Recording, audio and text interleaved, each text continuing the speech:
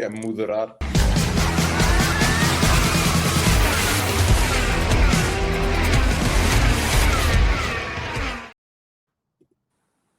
Olá a todos, bem-vindos a mais um debrief em colaboração com a Bola TV, onde vamos dissecar alguns dos temas da última semana da Fórmula 1. Primeiro de tudo, agradecer aos nossos patronos e patronas que apoiam o podcast. Se é a primeira vez que assistem ao nosso programa, podem aceder a patreon.com/VFF1 e descobrir como se podem tornar patronos a partir de €1 por mês e poderão ter acesso a conteúdos exclusivos do João Amaral sobre o pináculo do desporto automóvel, entre outros também o top 10 ou algo assim parecido do Pedro Felipe e do Alexandre Carneiro. Portanto, é de aproveitar que vale a pena, para além do grupo exclusivo no WhatsApp.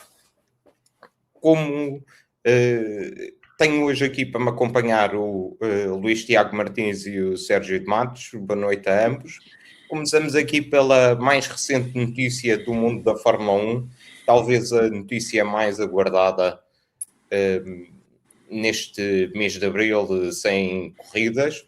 Foi a FIA fez ao final da tarde um comunicado em que enumera as alterações ao regulamento técnico e desportivo que vão vigorar a partir do Grande Prémio de Miami, já no início de maio. A FIA confirmou estas alterações planeadas,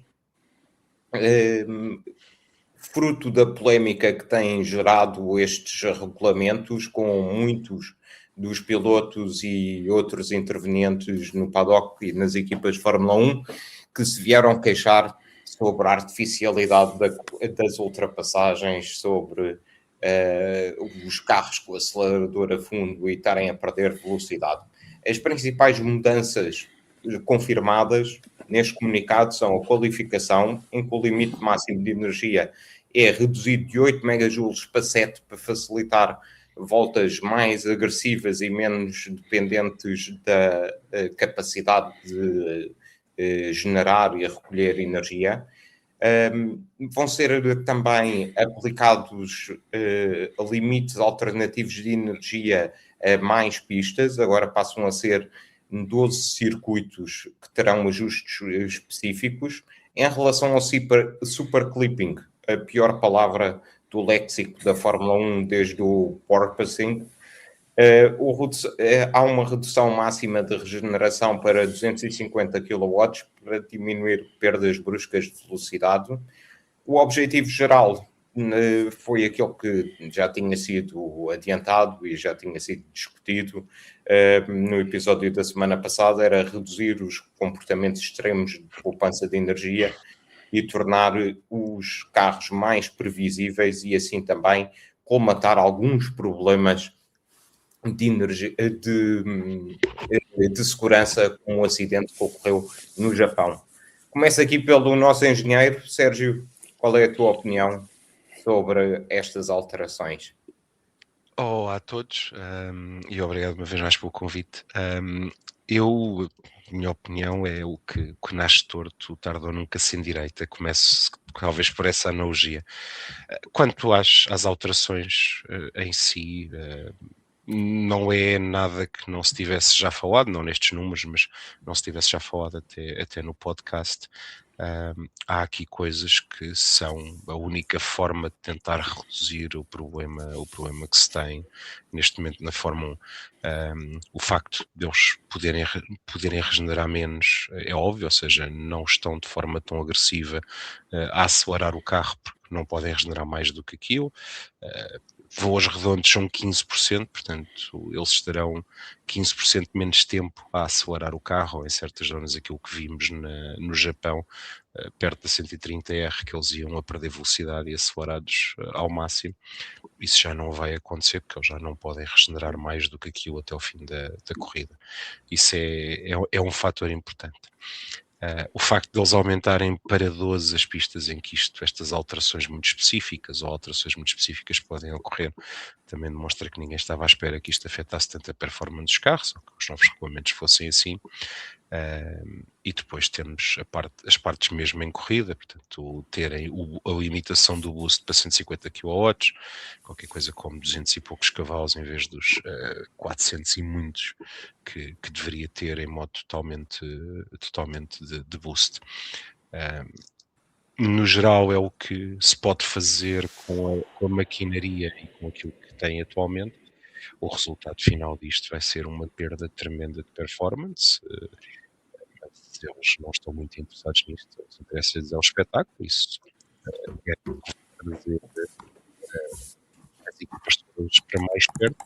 As que têm problemas a regenerar energia, ou as equipas que têm problemas depois em fazer certos tipos de deployment, isto vai equilibrar o jogo. Acho estranho que todos tenham concordado de forma tão calma com todas estas medidas. É o normal. Acho que não vai resolver muito para nós que gostamos mais do espetáculo das corridas, ou também gostamos do espetáculo, mas é das corridas e não deste tipo de coisas. Há só mais uma alteração, esta ainda fui ler, que tem a ver com uma função que é o Low Power Mode, ou seja, nos arranques, isto está no regulamento, o MGU-K ou a parte elétrica só arranca ou só pode ser usada a partir de 50 km/h, se não estou em erro, ou 60. E o que vai acontecer agora é, se o sistema vai estar programado para se detectar que o arranque é muito lento, vai fazer deploy disso antes. Eles dizem que que isto é só em caso de recurso e não se espera vantagem competitiva. Eu, como não tenho neste momento acesso a nenhum dos meus chapéus de alumínio, é garantido que tenho a certeza que já algum engenheiro está a pensar como é que vai tirar partido disto. E depois vamos ver mais alguém a queixar-se que este sistema, para começar, vai ser injusto para a Ferrari, por exemplo, porque trabalhou melhor que os outros e os outros vão ter vantagem com isso. Mas vamos ver o que é que isso vai dar. Mas, Sérgio, desculpa, este sistema no arranque, quando o sistema detectar que existe um arranque demasiado lento, esse sistema só entra quando isso acontecer. O sistema só entra quando ele detectar que o arranque é demasiado lento. Portanto, numa condição normal, esse sistema não atua. Numa condição normal, entra normal o MGU-K a partir dos 50, 60 km/h. 50 ou 60 km/h, mas o que é demasiado lento, esses parâmetros não são ditos, e vais ter equipas que vão. Eu penso que eu vou acreditar na boa fé, e no espírito da regra. Eu penso que aí será naqueles arranques tipo do Max Verstappen ou quem é que evitou, quando o Colapinto evitou aquele acidente na partida na Austrália, que já não lembro quem é que foi. Eu penso que seja nesses sistemas, nesses moldes, quando o carro estiver a arrancar assim bastante devagar. É mais ou menos aí, não é? Se for um arranque normal, a Ferrari terá assim vantagem. Eu acho que isso vai depender da forma como eles criam esses parâmetros, não é, Sérgio? E como vai ser ativado, repara, porque tu tens um piloto, é óbvio que não queremos pilotos parados e os outros a arrancar e de repente, quando a parte deles é elétrica entra, os outros estarem parados. Mas imagina um piloto que parte bem, o outro parte mal, e quando ele vai a passar naquele momento, de repente o sistema dispara quando não devia. Já para não falar que o piloto, exatamente porque ele vai a uma determinada velocidade, vai ponderar no arranque um determinado tipo de manobra e o carro pode já lá estar, quando não estaria nas condições de um arranque falhado. Eu continuo a achar que isto é um penso rápido, é o que é. Acho curioso algumas das formas como estão descritas as alterações, acho que é tudo muito por cima. Ainda não li os novos regulamentos mesmo, como sabem eu gosto de ver os regulamentos todos. Ainda não li a nova revisão dos regulamentos para saber exatamente como é que isto entra tudo, só os tópicos, mas vamos ver. Luís, parece que aqui privilegiaram a segurança.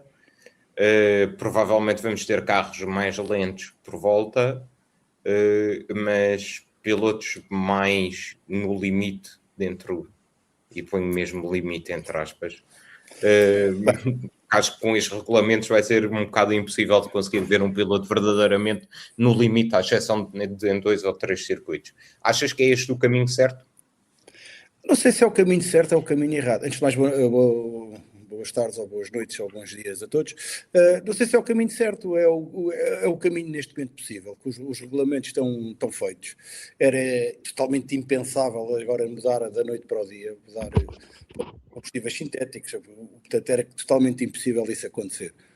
Eu acho que a FIA tomou a atitude certa, foi ouvir os pilotos, foi ouvir as equipas, foi ouvir a FOM, foi ouvir a Liberty, e acho que reconheceu que isto alguma coisa teria que ser mudada. Agora, se vai dar resultado ou não, pá, vamos ver. Eu espero que sim. Eu não me interessa se os carros são 5 segundos mais lentos ou não. Isso não é aí que eu vejo a competitividade da Fórmula 1. Se eu vir que isto é tudo mais homogéneo, pá, porque tu na televisão não consegues detectar, ou mesmo ao vivo, não consegues ver se o carro é mais rápido 2 segundos ou 5 segundos do que o ano passado. Isso é garantido. É igual. Agora, se houver uma corrida mais homogénea, mais normal daquilo que nós estávamos mais habituados a ver, e não haver estas corridas de ioiô e esta poupança, ires a fundo de uma reta e começares a perder velocidade, eu acho que isso é positivo, né? Agora, se vai dar resultado ou não, esperemos bem que sim, para o bem de todos nós, porque eu espero que eles vão mais por este caminho do que andarem a cortar retas longas para evitar essa grande diferença de velocidade que poderá haver. Pôr uma chicane, imagina, em Spa, ou pôr uma chicane no meio da reta queima, que é para Exatamente. E aliás, isso foi uma das coisas que já houve aí alguns rumores de poderem... Portanto, eu prefiro que vão para este caminho. Se o caminho é este, que em vez de debitarem na qualificação recuperarem 8 megajoules, passarem a 7 megajoules, que isso, em vez de ser a qualificação em 1,30 e passar a ser 1,33, isso para mim é igual ao litro. Agora, que fique mais homogéneo. Claro que eu queria que fosse, em vez de ser 1,30, 1,28, mas se não for possível isso, só foi possível tornando os carros mais lentos, pá, para mim está tudo bem. Agora, só não quero uma coisa, é que tornem estes carros mais lentos com Fórmula 2, que isso é que não pode ser. Não, exatamente, é isso mesmo. Eu acho que aí já torta-se o rabo. Foi o quê? Em 2014 que houve aquela humilhação que era 2 ou 3 segundos mais rápido por volta do que um Fórmula 2, assim uma coisa. Acho que foi em 2014. Mal comparado, o LMP2 neste momento, se não fosse castrado, era mais rápido que um aparcar. É um bocado por aí. Exato. Vamos esperar que isto tenha resultado. Eu vou só a referir, nós já estamos habituados antes de grandes tomadas de decisões, temos sempre os team principals a tentarem puxar um bocadinho a brasa à sua sardinha dentro do limite do razoável, mas eu gostava só de chamar a atenção para as declarações e de obter a vossa opinião do Alain Permain, o team principal da Racing Bulls, que veio dizer que veio questionar, quer dizer, não veio questionar, mas acho que veio pôr aqui um bocadinho de água na fervura, a dizer que o facto de nas próximas 2 corridas, Miami e em Montreal, haver corrida sprint, vai dificultar a observação do benefício real destas alterações, das alterações que aqui foram feitas. Acham que poderia haver alguma exceção, mais meia hora no treino livre de sexta, para ajudar as equipas a adaptarem-se melhor a esta mudança? Luís? É complicado isso acontecer. Eu passo a explicar porquê. Eu não estou a dizer que não é possível, mas que vejo isso difícil de acontecer. Os regulamentos e os horários estão feitos e um fim de semana de grande prémio não engloba só uma corrida de Fórmula 1.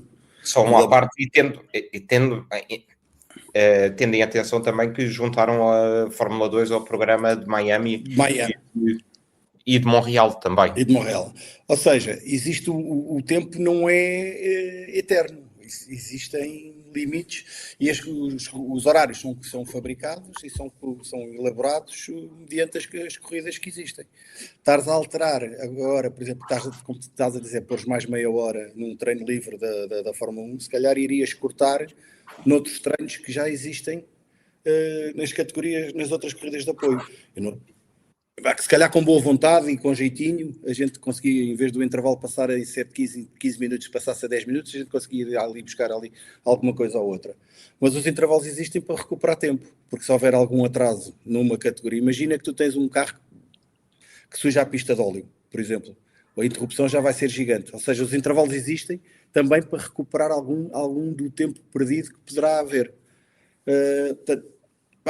Não é fácil, não estou a dizer que não é execuível, mas concordo um bocado também com o Alan Perman, que é com estas alterações, somente com um treino livre, mas por outro lado não são estas alterações que vão tirar o rendimento do carro, digamos, não vão tirar, não é com estas alterações que a performance do carro irá melhorar ou piorar. Isto são melhorias para a condução do carro e não de performance pura do carro. Isto torna as coisas mais iguais e não é uma coisa que tu vais ter. Mais à frente podemos falar de outra coisa que poderá dar performance ao carro. Agora, com estas alterações, eu acho que não vai haver grandes... estas alterações não têm em vista as performances do carro. Não é porque tens mais meia hora que isto vai dar mais diferença ou não. Acho eu. Eu concordo com as declarações dele, mas acho que é mais do que, como o Luís estava a dizer, mais do que a performance, tem a ver com o facto de se eles tivessem mais tempo ou noutros fins de semana, podiam explorar melhor as tais áreas onde depois realmente se puxa performance com essas alterações. Ali não, ali vão ter de estar mais perto do default das coisas e não vão poder inventar tanto ou tentar puxar os limites tanto. Nisso concordo com ele, acho que mas ainda por cima, como referiram, Miami recebe o calendário da F2 que penso que inicialmente não estava, exatamente pelo mesmo motivo que não houve provas este mês, portanto, por causa do conflito no Médio Oriente. Portanto, se os horários já eram apertados e Miami sempre foi assim, aquele grande prémio de show-off e com horários estranhos, aqui ainda vai ficar mais. Eu acho que para a qualificação, acho que já tiveram alguma prática, não foi? No Grande Prémio do Japão, a alteração que foi comunicada para a qualificação também foi relativamente próxima da corrida. No entanto, eu vou só dar a minha opinião, acho que era mais importante fazer-se alguma coisa para alterar o regulamento e tentar melhorar um pouco o espetáculo, que foi aquele que falhou neste início de campeonato, independentemente do timing. Obviamente que também o facto de não haverem corridas no mês de abril facilitou aqui um bocadinho a vida da FIA para conseguir juntar mais facilmente todos os intervenientes e tomarem uma decisão. Uma das pessoas também já reagiu a estas mudanças, foi o presidente da FIA, que muito sucintamente veio aplaudir o espírito de consenso com que como foram tomadas estas medidas entre todos os intervenientes. Eu gostava de saber, e começo por ti, Luís, se isto é o primeiro capítulo da FIA a tentar, ou do próprio a tentar limpar a imagem, por ter ignorado os avisos que foram feitos em 2023, a partir de 2023, por parte de, nomeadamente, Max Verstappen e Christian Horner. Bem, eu aqui tenho uma opinião um bocadinho diferente daquilo que tu estás a dizer, porque estes regulamentos não foram feitos de um dia para o outro. Estes regulamentos foram feitos com toda a gente a saber, toda a gente os assinou. Portanto, é isso que eu considero mais grave. É mais grave ainda. Então, se tu concordas com um regulamento e depois vens criticá-lo, não tens, ou não aceitas e não gostas, sais fora. A questão não é essa. A questão para mim não é essa. A questão para mim é que ele ignorou os avisos, desvalorizou os avisos. Não terá sido por ele, David. Aí houve. Quando os regulamentos foram. Repara, os regulamentos é um consenso entre todos. Entre todos. Entre todos. Estes regulamentos foram, eu não queria dizer tailor-made, mas estes regulamentos foram feitos por pressão especialmente de um construtor, queria entrar pelos motivos que já se falou, e os outros que se queriam manter e que têm um construtor, uma Mercedes, não quero acreditar que uma Mercedes, só porque pensasse que isto ia acontecer, dizia eu vou-me embora, quando ainda por cima quero limpar a imagem depois de Não, 4 anos a em que não Mercedes, ganhou. o problema está Fiz. exatamente aí, é que a Mercedes foi, desde o princípio, o Toto Wolff foi aquele que mais defendeu estes mesmos regulamentos e questionou sempre as opiniões, principalmente do Christian Horner, questionou sempre o motivo subjacente para aquela opinião, dizendo que eram eles que não estavam preparados, dizendo que era para tentar obter um benefício. Quem obteve o benefício foi ele. Mas, Exatamente. Ele não efetivamente... teve benefício, ele trabalhou foi melhor. Foi melhor, isso sim, concordo. Bem, mas o presidente da FIA, o próprio presidente da FIA, na altura, prestou várias declarações em que a posição dele se alinhava com a do Toto Wolff. Aqui a questão é que, e a minha premissa é que, se tivessem tido o espírito que tiveram para conduzir estas alterações, se ele tivesse promovido esse espírito para conduzir estas alterações naquela altura, se calhar estávamos numa situação diferente. E é aí que eu critico. Não terias grandes alterações, ou mantinhas um regulamento muito parecido com o que tinhas antes, portanto com uma assistência elétrica muito menor. Podiam ter feito alterações como esta. Podiam ter feito alterações como esta. Sim, já ter preparado isso. Mas isso exatamente. É o problema de não se poder testar. Exatamente. O problema é esse. Não testar e das limitações que ainda tiveram sobre os timings, só para não esquecer que a parte aerodinâmica saiu em que a versão final, entre aspas, mais completa, foi em março do ano passado, se não estou em erro. Penso que já foi mais tarde. Sim. Mesmo as últimas notas, se não estou em erro, vai na nota 18 ou na versão 18 dos regulamentos. Portanto, mesmo não contando com a versão inicial apresentada como final dos regulamentos, depois nós sabemos que há sempre alterações no decorrer. Acho que foi em março do ano passado, se não estou em erro. Portanto, obviamente que isso também não ajudou. Eu não acredito que as equipas já não soubessem os guidelines. O regulamento só sai cá para fora quando efetivamente tarde. Mas, como tu dizes, é os pormenorzinhos, as guidelines, o big picture, as equipas já o sabiam. Eles não vão dizer carro de um dia para o outro. Portanto, os pormenorzinhos, aí sim posso concordar contigo, que só saíram tarde demais, mas o espírito do regulamento, eu não tenho dúvidas nenhumas que todas as equipas já teriam a sua ideia base como é que iam construir o carro, como é que iria ser o carro. A ideia tem cá para fora, mas eles sabem muito antes do que nós. Alguns sabiam melhor. O Toto Wolff logo à partida tem uma vantagem. É que é dos poucos que faz integração direta com o motor que fabrica. Portanto, são eles e a Ferrari. Portanto, logo aí tinha uma vantagem muito grande em saber... Ou a Red Bull, exatamente. Portanto, esses têm vantagem logo à partida, porque há todo um conjunto de integrações que funciona melhor. E tens outra questão, que é assim, quem é que esteve envolvido no campeonato ano passado? Foi a McLaren e a Red Bull. Portanto, algum dos recursos que eventualmente poderiam estar a desenvolver para o carro 2026 foram mais ou menos empatados no carro 2025 devido à luta. O André Stella já vai confirmar isso. E o Lohan Mekies também. E o Lohan Mekies também. É normal isso acontecer. Nós vimos uma Alpine que este ano até é das equipas das mais competitivas, que disseram mesmo que o ano passado a gente abandonou o carro do ano passado para se focar no carro deste ano e para já está a dar resultado. A Mercedes não tanto, mas também, e a Ferrari de aspas. Nós vemos a McLaren e a Red Bull um bocadinho mais atrás, mas se calhar foi porque tiveram. Mas isto é normal acontecer, isto acontece sempre que há mudanças de regulamentos, quem está à frente no ano anterior, antes do regulamento, vai ficar atrás, porque como está na luta para o campeonato, olha que és outro caso, que é o Williams. A Williams investiu muito no carro do regulamento do ano passado. Não. Eles foram os primeiros a parar o desenvolvimento do carro. Eu não acredito. Disseram. porque o dinheirinho das equipas, o dinheirinho do construtor entra, é muito bom. Quanto mais à frente ficares, mais dinheiro recebes. E a Williams também está a pagar um bocado também por isso. É normal, quando é que existem estes ciclos de regulamento, de mudanças de regulamento, quem está à frente no ano anterior, ou quem está a lutar por alguma coisa no ano anterior à alteração dos regulamentos, no ano, quando vêm os regulamentos novos, é capaz de ficar para trás.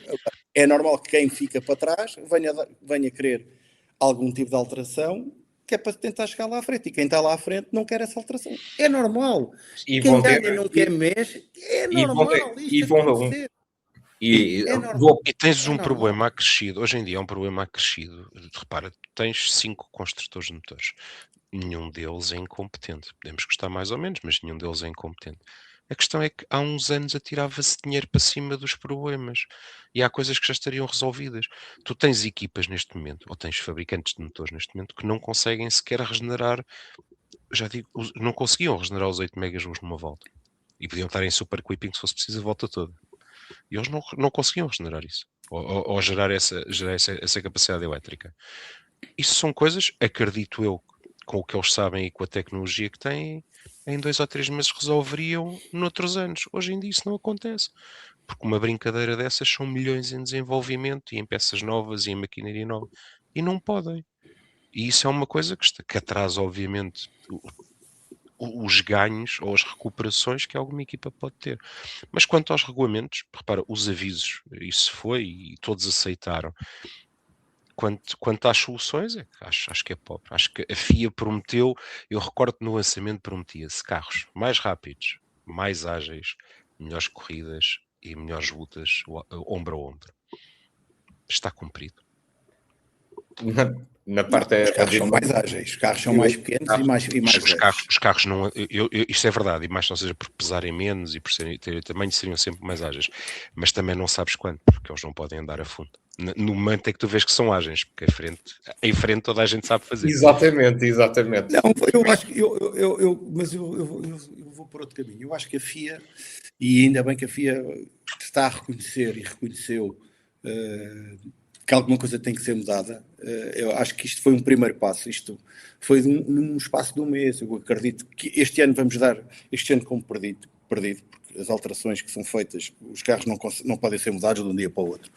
Eu acredito que com mais tempo e com mais tempo para pensar e para tentar resolver algum destes problemas, que para o ano as coisas estejam menos más. Agora, se isto é o possível já, epá, ainda bem, mas eu acho que é um bom sinal este reconhecimento.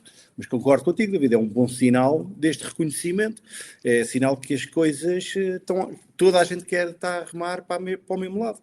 Não Sem é dúvida. Sem dúvida, mas para mim eu isso mantenho a mesma. É um bom sinal. Eu mantenho a Se mesma calhar para o ano preocupação. muda e este regulamento, em vez de durar, era até quando? 2030, não é? 2029, final de 2029. Pode ser que acabe mais cedo e que chegue a um consenso e continue a dizer que a única Mas é exatamente esse o problema, Luís. Luís, é exatamente esse o problema. O problema é que nós ainda não ouvimos falar em soluções mais de fundo para a próxima época, por exemplo. Uma das questões que falavam era alterar o motor a combustão, se não estou em erro. E também ainda não ouvimos falar em decisões a longo prazo. As equipas precisam de tempo para desenvolver outro tipo de motores. Disseste bem, David, disseste bem. Nós ainda não ouvimos. Vimos. Não, ainda. E não vais, e de certeza que já estão a E ver nem conversa, vais ouvir tão cedo. não vais ouvir tão cedo, era isso. Então, com tudo o que está a acontecer neste momento, qualquer decisão, seja para que lado for, seria fosse o que fosse, seria um tremendo tiro no pé. Nem vais ouvir tão cedo. Com pena, atenção. Então, mas que eu acredito que eles estejam a falar e que estejam todos a conversar, isso não tenho dúvidas. Eu espero bem que sim, honestamente, porque eu não sei se a Fórmula 1... Obviamente que a Fórmula 1 vai sobreviver, porque a Fórmula 1 já sobreviveu outras circunstâncias 1000 vezes piores que nós também já abordámos aqui ao longo da história, mas acho que poderá ser aqui um pequeno retrocesso, é a minha percepção, também tendo em conta os números das audiências que foram publicados recentemente e a quebra de uma corrida para a outra, a própria descrição da forma como reagiam os adeptos japoneses em Suzuka. Vamos só fazer aqui uma pausa na discussão para saudar aqui os intervenientes no fórum. Começo aqui pelo Carlos Sá. Boa noite, amigos. Boa noite, Carlos. Não sei se já encontraste alguém que quer ir que também vai ao Grande Prémio de Barcelona. Se alguém tiver a ver e for, junte-se ao grupo no WhatsApp, vamos falar de fundo. Entre em contato com o Carlos. Temos aqui também o Pedro Juliano. Boa noite, caríssimos. Grande camisola do Tifosi hoje, é verdade. O resto está tudo na mala, portanto teve que ser esta hoje. Paulo Muas. Boa noite a todos, desde Águas Santas. Like feito e veja amanhã, ou perto disso. Paulo, acho que as hashtags estão a falhar. E o Rui Tavares, que nos dá aqui uma boa noite para todos desde Ponta Delgada. Vamos então agora entrar aqui, falar sobre uma equipa, e este tema é especialmente para o Sérgio, uma vez que ele fez um esforço imenso para estar presente aqui esta noite. Foram as declarações que o Alonso proferiu, em que veio defender a Honda e a ele próprio, atenção, e a ele próprio, pela imagem que foi criada pelos mídia, consequência das críticas bastante vocais. Toda a gente se lembra do GP2 Engine, acho que até foi no Canadá, se não estou em erro. Então, o Fernando Alonso saiu em defesa da Honda depois deste arranque difícil da parceria com a Aston Martin em 2026, e afirmou que, sendo que foi injustamente apontado no passado durante a era da McLaren Honda. Nós sabemos que este contexto da Honda com a Aston Martin é um pouco complexo e já mereceu várias comparações com aquilo que se passou entre a Honda e a McLaren em 2015. O Alonso comparou essa mesma situação, em que criticou fortemente a Honda e ficou marcado pela tal frase do GP2 Engine. Ele agora vem argumentar que tanto ele como o Jenson Button, como o Stoffel Van Dorn e a McLaren diziam todos exatamente a mesma coisa. O projeto não estava pronto. Mas, de acordo com, na opinião dele, só o nome dele ficou associado a estas críticas. Ele hoje vem também dizer, vem ali aqui, não sei se isto trabalhou um bocadinho na cabecinha dele, mas veio também defender a Honda e dizer que quer reafirmar que quer ajudar a Honda a conseguir recuperar. Sérgio, a Honda estava preparada para este projeto?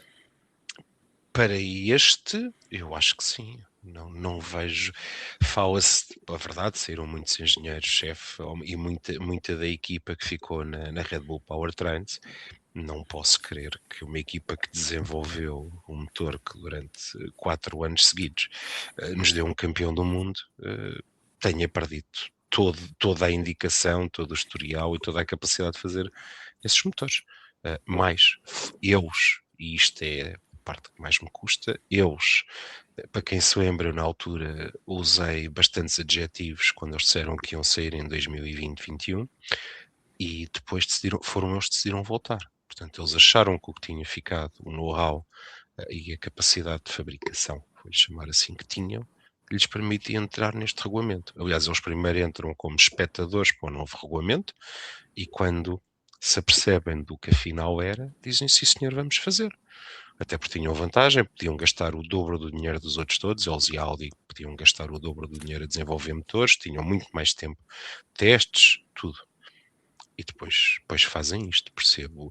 Acho que não tem a ver com preparação ou capacidade de preparação, tem a ver com a noção, se calhar, do que lá estava, e vamos ver o que é que, no fim disto tudo, o que é que realmente os levou aos erros que são visíveis na integração com a Aston Martin. Aparentemente, uma das questões foi a dificuldade, foi o facto de terem perdido muitos dos engenheiros para outras divisões dentro da empresa e para lá está, também para a Red Bull, e que terá sido esse um dos maiores problemas, ou seja, tiveram alguma dificuldade no recrutamento para colmatar essas saídas. E isso não é legítimo tirar a conclusão de que eles poderiam não estar.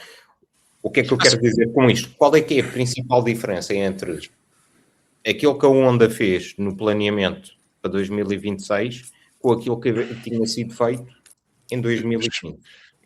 Desculpa, voltando atrás, eu estou certo, ok, que eles erraram no planeamento completamente. O que eu estou a dizer é não há motivo nenhum para isso ter acontecido. Numa empresa como aquela, com o historial daquela, e onde o know-how existe. Portanto, repara, tu disseste, e eles já disseram, há engenheiros que saíram para divisões dentro da empresa. Vão buscá-los. Convidem-nos de volta. Não sei o que é que eles foram fazer. Eles dizem painéis solares ou departamento de renováveis, o que seja. Vão buscá-los outra vez. Se eles sabem fazer, não é? Não precisamos de inventar a roda outra vez. Isso é o que a Pirelli faz e sabemos todos a maravilha que nos oferece.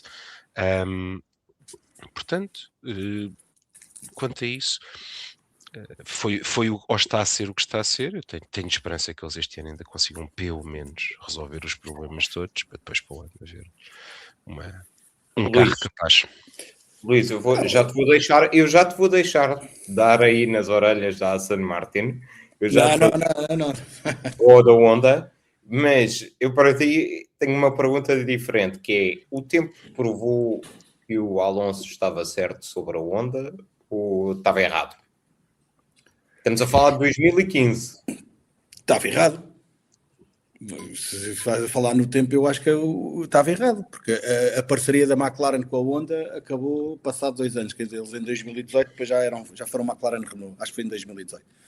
E veio-se a provar que ao longo do tempo a Honda foi campeã do mundo, foi primeiro inicialmente para a Toro Rosso e depois para a Red Bull e conseguiram ser campeões do mundo. Eu acho que o Alonso, com estas declarações, se calhar está a dizer isso mesmo, que se calhar alguém se precipitou aqui. Ok, eles não estavam, se calhar entraram cedo demais, se calhar deviam ter entrado um ano mais tarde, para não haver o gap que havia tão grande. Mas se calhar ele agora, com estas declarações, está a pensar exatamente isso, que era assim, se calhar a McLaren acabou com esta parceria com a Honda demasiado cedo, e vai-se a provar com o tempo que a Honda sabia fazer motores e que foi campeã do mundo, não é? Não foi sozinha, tinha uma peça muito importante entre o volante e o banco, mas não é só essa peça que está entre o volante e o banco que ganham corridas. É um conjunto, aquilo é uma equipa, tanto o departamento de chassi, departamento de inspeção, departamento de motor. Aquilo já não é motor, o Power, como é que eles chamam agora? É Power Unit, não é? Pronto. É Power Unit. Pronto. Para chamar aquele motor realmente, atenção, Pronto. Chamar aquele motor. Agora, percebo o Alonso estas declarações dele.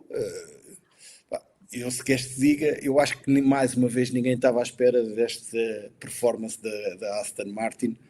Eu acho que nem o Alonso estava à espera desta performance da Aston, deste conjunto. É o que ele tem a fazer. Ele também já não está... Eu ainda vou ser mais bruto naquilo que vou dizer e acho que não sei se estou errado ou não. O Alonso já não tem muitos anos na Fórmula 1 e ele se calhar quer continuar a trabalhar no mundo da Fórmula 1 e se calhar está a ver ali uma equipa em que possa continuar a trabalhar. Portanto, ele não pode bater assim à força toda agora nas equipas, visto que a carreira de piloto dele está a acabar na Fórmula 1 e não sabemos quais são as ambições do Fernando Alonso. E se for às 500 milhas de Indianápolis, um Hondazinho atrás é capaz de dar jeito, porque ele já não pode Chevrolet e a coisa não correu muito bem. Portanto, ele se calhar nesta altura do campeonato, na idade em que está e na altura da vida em que está, se calhar tem que ser mais político. Ainda por cima agora foi pai, não pode ser tão agressivo que isso ainda vai dar mais energias à filha. Mas não, acho que sim, acho que o Alonso fez bem em ter estas declarações. Isso só mostra que, mais uma vez, é um bocado para comparar todos com a reunião da FIA, que é só estando todos juntos é que a coisa vai andar para a frente. E ele é mais um elemento a puxar para o mesmo lado. E é uma voz forte, e é uma voz que tem peso dentro da equipa e principalmente cá para fora. Porque infelizmente ou felizmente, nós vivemos muito hoje em dia dos média. E quando o Alonso abre a boca, é logo notícia. E em vez de estar a dizer... Ele prefere soundbites. Mas acho que é preferível transmitir boas energias e boas coisas do que coisas mais para o ambiente depois lá dentro ser o melhor. Acho que faz todo o sentido. E ainda bem que o faz, e se calhar devia haver mais gente dentro da equipa. Se calhar hoje um Lawrence Stroll, que também já tem algum peso no mundo da Fórmula 1 e no mundo dos mídias, se calhar devia também ele vir cá para fora também transmitir algum tipo dessas declarações. E é uma maneira de motivar a equipa, quer queiras, quer não, é uma maneira de motivar, dizer isto há 10 anos correu assim e toda a gente associa a mim, erradamente ou não, isso depois é outra discussão, associa a mim e foi um erro. Já percebemos que se as equipas todas, incluindo eu, se nos juntarmos, se calhar podemos fazer alguma coisa. É uma maneira de motivar a equipa.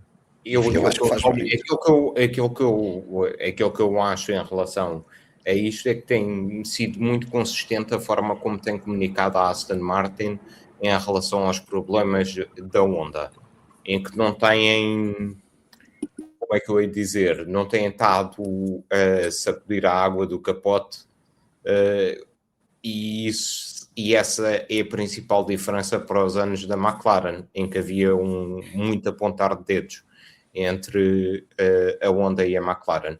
E eu acho que é esse o caminho. Gostei particularmente da forma como foi gerida a conferência de imprensa na Austrália, em que tiveram um pouco em modo de controlar a narrativa, mas na altura o principal elemento da equipa, o Adrian Newey, com o presidente da Honda, que eu me recuso a pronunciar o nome dele por motivos óbvios. Não tenho nada contra o senhor, nada, mas pronto, o japonês ainda está um bocadinho enferrujado. E acho que é esse o caminho para conseguirem dar a volta a esta situação, porque estão os dois claramente no mesmo barco. Querias acrescentar mais alguma coisa, Sérgio, em relação a isto? Não, mais nada. Luís? É esperar que corra tudo bem e que, mais uma vez eu digo, não é das minhas equipas favoritas, mas é uma equipa, eu não gosto de ver uma equipa a levar como era antigamente, apesar de ser espetacular os anos 80 e 90, equipas a levarem 4 e 5 segundos, hoje em dia, e já não existe nessa Fórmula 1, não gosto de ver o Alonso, acho que é um piloto de mão cheia, e acho que é um piloto que merecia se calhar ter um carro mais competitivo. E o terceiro? E o terceiro, isso aí, o terceiro. Eu já nem, repara, eu já nem estou por aí. Não, se ele ganhar melhor, se ele não ganhar, não é por aí. Mas acho que o Alonso, o piloto que é, o piloto que já demonstrou ser, acho que se calhar merecia um carro com uma competitividade melhor. E isso era bom para o espetáculo. Sem dúvida. Vamos ver. Vamos esperar que corra tudo bem e que as coisas... Quem sabe se agora... Porque lá está, os problemas existem, mas a gente também não sabe, e esta paragem se calhar vai fazer bem a todas as equipas, e se calhar eles agora apresentam-se em Miami. Eles reparam, eles no Japão já acabaram a corrida, já fizeram a corrida toda. Exatamente. Vamos só aqui... Vamos esperar. Para ver. Antes de passarmos ao próximo tema, vamos aqui a um último comentário do Paulo Muas, que faz a salvaguarda que as hashtags são para a missa, não para o debrief. Sim, senhor. Ficamos à espera que seja agendada a próxima. O Papa está em Angola atualmente, portanto não teremos essa possibilidade, pelo menos no decorrer da próxima semana ou nas próximas 2 semanas. Entretanto, há um sistema, há o Balance of Performance da Fórmula 1, como se costuma dizer, o ADU, que foi pensado como uma rede de segurança para evitar repetir o cenário que aconteceu em 2014 de ter uma unidade de motorismo muito à frente de todas as outras.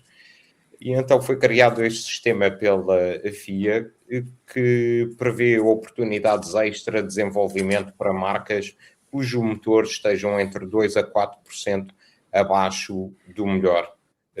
E mais uma vez eu ponho aqui o motor entre aspas, a unidade de motriz. Ainda se o déficit, e mesmo se o déficit superar esse valor.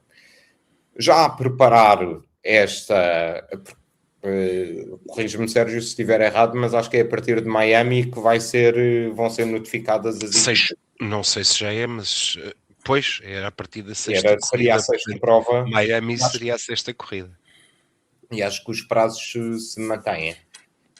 Temos então, como nós sabemos, neste início da época, a Mercedes mostrou ter a unidade mais competitiva, e o Toto Wolff veio já marcar um pouco o território, e tem uma frase que eu considero absolutamente fantástica, que é: se estamos à frente na pista, não aceitamos perder fora dela. Portanto, este foi mais ou menos o tema da entrevista que ele deu, em que defendeu que o objetivo deve ser ajudar quem realmente está em dificuldades, não permitindo que equipas próximas no desempenho usem o regulamento para ultrapassar os rivais por via administrativa. E pediu transparência total para que não hajam jogos políticos. Eu acho piada do Toto Wolff vir dizer isto. Luís, achas que ele está a ficar um bocadinho preocupado com este sistema e com aquilo que pode acontecer com o rival mais próximo que tem sido a Ferrari? É normal que isso esteja a acontecer, não é? Lá está, mais uma vez, eu por princípio sou contra o BOP, sou contra um BOP. Percebo o intuito de haver um BOP, mas na essência eu sou contra, porque quem faz o melhor trabalho só tem é que ser beneficiado, entre aspas, por isso, e não queres mais uma vez estar...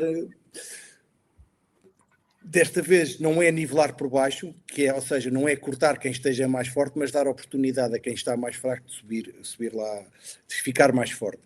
Eu percebo o que ele diz, eu percebo perfeitamente o que ele diz. Ele vê que uma Ferrari está bastante perto em nível de performance de motor dele, da Mercedes. Eu percebo que ele esteja com algum receio que possa perder o primeiro lugar, ou o carro dominador que neste momento o tem. É normalíssimo isso acontecer. O Frederico Vasseur também já veio dizer: vamos esperar que venha o Adu para ver se conseguimos ainda... faz parte do jogo, é normal. Se fosse o contrário, era exatamente a mesma coisa. Isto, há de ser quem vai atrás quer, quem vai à frente não quer, mas isto faz parte do jogo. Agora, compreendo perfeitamente, e se tu fosses o Toto Wolff, David, se estivesse nos sapatos dele, se calhar irias dizer exatamente o mesmo. E eu acho que é outra coisa. Ele assinou por baixo estes regulamentos, não assinou? Sabia que isto estava previsto. Acho que sim. Não, mas eu acho que o medo dele não é estes regulamentos. O medo dele é os fabricantes estarem-se a aproveitar deste regulamento para tirarem vantagem. Porque aos olhos dele, o único fabricante neste momento que teria essa vantagem, ou que poderia ter isso, beneficiar do ADU, seria a Honda e mais nenhum. O medo dele não é ele olha para isto, repara, ele assinou estes regulamentos a pensar numa Honda e não a pensar numa Ferrari. Não sei se me estou a fazer entender. Sim, completamente. Mas aqui é aí que ele está a focar. Sim, mas aqui a questão é que é fácil dizer isso quando ele tem um carro que anda cerca de meio segundo a 0.7 mais rápido do que o carro que fica em terceiro lugar, não é? Mas tu não sabes porquê. E o problema é que o regulamento do ADU foi feito de base apenas para a performance dos motores. Não era dos carros.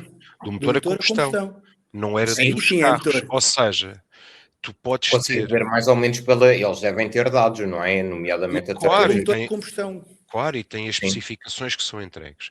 Tanto quanto se sabe, neste momento, os motores a combustão, tirando o da Honda, estarão mais ou menos equilibrados. Portanto, eles dizem 2 a 4% e os upgrades. Se houver uma diferença de mais de 2%, a equipa tem direito a um upgrade. Se for mais de 4%, tem direito a 2%, ou pode vir a ter direito a 2%. Neste momento, e atenção, ainda ninguém provou que o motor da Honda tem problemas de performance, tem problemas de fiabilidade, porque puxado à potência que tem de trabalhar, aquilo abana um bocado. Mas ninguém disse que ele não consegue. Não, esse é que é o problema. Eu ainda não ouvi dizer. Eu ainda não ouvi ninguém dizer que o motor não gera potência, certo? Se gerar é que aquilo então, se aquilo dá problemas antes. Mas se queres levar à interpretação da Way, e eu percebo isso, eu percebo exatamente isso como ele diz. Portanto, Aquilo foi feito para quando há diferenças grandes e para as pessoas, para as equipas terem a apanhar. Então, e tu não achas meio segundo por volta ou 0.7 uma diferença muito grande? Mas não é, se calhar não é só do motor. Exatamente. Atenção, quando tu tens, penso que foi na China, em que fizeram um comparativo e em que o Mercedes ganhava mais tempo à Ferrari, que era nas retas, porque nas curvas estavam mais ou menos equiparados. A partir do momento em que têm estes dados, eles podem tomar uma decisão. Mas tu não sabes se é o motor a combustão. Era isso que eu ia dizer. Não é no motor a combustão que a Mercedes tem neste momento grande vantagem. Eu acho que a Mercedes tem grande vantagem no deployment e na quantidade de energia que consegue fazer o deployment. Consegue fazer o deployment de energia durante mais tempo que as outras equipas. Ou seja, não gasta tanta energia tão depressa. A energia não gasta tão depressa. E eu acho que é aí que a Mercedes tem vantagem. Agora, no motor a combustão, pelo que se fala, a Ferrari tem menos 10, ou o que é, menos 10 cavalos, não é? Portanto, essa diferença toda que existe, por isso é que aquilo é um carro, não é só um motor a puxar. Mais não é só... menos 10 cavalos, acho que são menos 16 cavalos, não estou em erro. Pronto, 16 cavalos, se fores ver em porcentagem de 16 cavalos, quanto é que é? É 0.3 por volta no circuito de Albert Park. Não, estou a falar em porcentagem de performance do motor. É essa porcentagem, não é porcentagem. Repara, porque essa porcentagem não é a porcentagem do tempo de volta, é a porcentagem da performance do motor. Sim, eu sei. Eu estou a dizer é para exemplificar qual é a diferença. Do motor todo só. Imagina que pegas naquele V6 e aquilo debita 400 cavalos e o outro debita menos 4% de 400 portanto, será menos 4 cavalos. São 3%. São 3%. São mais ou menos 3%. Vamos ver o que é. É normal que ele esteja com estes receios, porque assim, a equipa que lhe está a fazer frente, que é a equipa que está em segundo, eu acho que ele devia ter mais medo de uma equipa que se pinta de cor de laranja, não de uma Ferrari, porque tem o mesmo motor e já vimos no passado que é capaz de desenvolver o carro muito rapidamente. Só que é que essa equipa de laranja também não vai beneficiar nada com este sistema. Com este... Pois não, porque isto é só fabricantes de motores, isto é só construtores de motores. Exatamente. Por isso é que mas é normal que ele venha a dizer isto, é normal. E se fosse ao contrário, a Ferrari iria dizer a mesma coisa, e se fosse a Red Bull também iria dizer a mesma coisa. É normal isto acontecer. E percebo, e repara, e não deixa de ter alguma razão. Eu estranhamente este ano dei por mim a defender a Mercedes em muitos pontos, e este é um que eu os defendo. Se de facto existem provas de que um motor tem um déficit grande, o ano passado falava-se que os motores da Alpine tinham 40 cavalos de diferença ou 50 cavalos de diferença. Isso, sim, isso faz todo o sentido. Dentro daquilo que está a acontecer, até me conseguirem provar que a diferença de performance é só o ICE, não consigo concordar com o Toto Wolff. Acho que o sistema pode gerar mais problemas. O sistema de igualdade, ou espero que não seja, como ele diz, espero que não seja usado para alguém tirar benefícios que não deve. Achas que isto é a primeira vez que vai ser aplicado este sistema? Achas que se as coisas não correrem bem devia ser alterado para o próximo ano, Sérgio? Acho que tem de se... Eu aí concordo com ele. Portanto, tem de saber exatamente e de forma muito clara o que é que foi medido, quais foram as diferenças e quais são os upgrades ou o que é que o outro fabricante pode fazer. Isto para todos. E como sabem, eu gosto especialmente do fabricante que, ainda por cima, aparentemente tem o pior motor este ano. Portanto, tem de ser assim mesmo para eles. Porque senão... Isto é um mercado, tem regras de mercado, tem N coisas, portanto, não se pode estar a prejudicar um fabricante que fez um melhor trabalho. Eu acho que há aqui uma questão que é, efetivamente, há ali alguma, eu não vou dizer proximidade, mas pronto, a Ferrari tem sido a equipa que tem dado mais a luta neste início de época à Mercedes. E eu acho que também entra aqui um pouco na equação e que gera um pouco de incerteza é a forma como vão ser medidos os rácios de conversão a partir de junho. E não sabemos que impacto é que isso pode ter na unidade motriz da Mercedes. E se isso, juntamente com o A2, se a Ferrari não poderá de repente estar numa vantagem muito mais competitiva, ter uma vantagem considerável. Mas por essa ordem de ideias, depois quando for a outra, tanto a Ferrari agora, se for beneficiada, entre aspas, se puder fazer um desenvolvimento, mas daqui a 6 corridas já não é a Ferrari a ser essa beneficiada, será a Mercedes que poderá fazer esse toque. Exatamente, é isso mesmo. Já não é a Ferrari.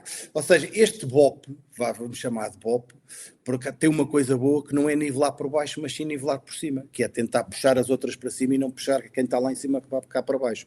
Eu aí estou 100% de acordo.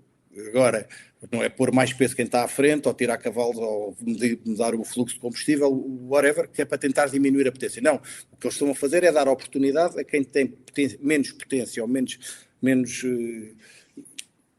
performance no motor, dar oportunidade de ter melhor performance. Agora, se eles conseguirem com o primeiro token, ou se chama token, ou o primeiro joker, ou o que quiser chamar, conseguir passar quem neste momento está à frente, daqui a 6 corridas irá ser quem que estava à frente, quem já está em segundo, ou quem está a perder em menos 4%, terá essa vantagem. Portanto, isto é sempre uma coisa a puxar para cima e não puxar para baixo. E eu, por esse ponto de vista, dou 100% de acordo. Agora, percebo o que ele esteja a dizer, que é assim, uma equipa que está a competir com ele, eu acho que também não está assim tão longe como isso. Eu acho que ainda estão todos a aprender estas regras. Acho que isto agora foi um começo, a partir deste de Miami vai ser outra vez um começo do campeonato, fizeram um reset, pronto, houve aquelas 3 provas e agora vamos começar outra vez do princípio, porque ninguém sabia o que é que era. A Ferrari está longe, mas também não está a calendários de distância, e com estes regulamentos novos, com qualquer alteraçãozinha que consigam fazer no carro, se calhar conseguem lá chegar. Eu percebo perfeitamente. Imagina que a Ferrari consegue descobrir ali uma coisa qualquer no chassi ou na suspensão, o que tu quiseres chamar, ou a asa Macarena, aquilo começa a funcionar e começam a ter... igualam a performance de tempo de volta do carro. Eu não sei porquê. No entanto, dois vão ter vantagem do upgrade do motor porque teoricamente tem menos 4%. Eu vou dar, só mesmo antes de terminarmos, eu vou dar a minha opinião já agora sobre a asa Macarena. Cá para mim vai ser como o DAS, aquele sistema que pôs tudo de olhos em bico a ver os pilotos a puxarem o volante. Era a puxar, não era, Luís? Puxavam o volante. E aquilo depois foi utilizado para ir numa corrida. E eu acho que a Macarena vai ser mais ou menos a mesma coisa. Já viajou o globo todo e em corrida até agora ainda ninguém a viu. Portanto, vamos aguardar pelo Grande Prémio de Miami ou pela Sprint para descobrir se faz parte desses upgrades que a Ferrari vai trazer, que inicialmente era um carro praticamente novo e agora já vamos em meio carro. Na minha opinião pessoal, chegamos lá com uma asa da frente nova e uma asa traseira nova, mas tudo bem. Bem, eu vou agradecer a vossa presença e este tempinho para estarmos aqui a falar sobre as parcas notícias que têm surgido da Fórmula 1 e mais uma vez agradecer a todos os patronos e patronas que que continuam a acompanhar o podcast e a apoiar este podcast. Nós ficamos por aqui hoje. Na próxima segunda-feira damos a vez a outro. Até lá. Muito obrigado.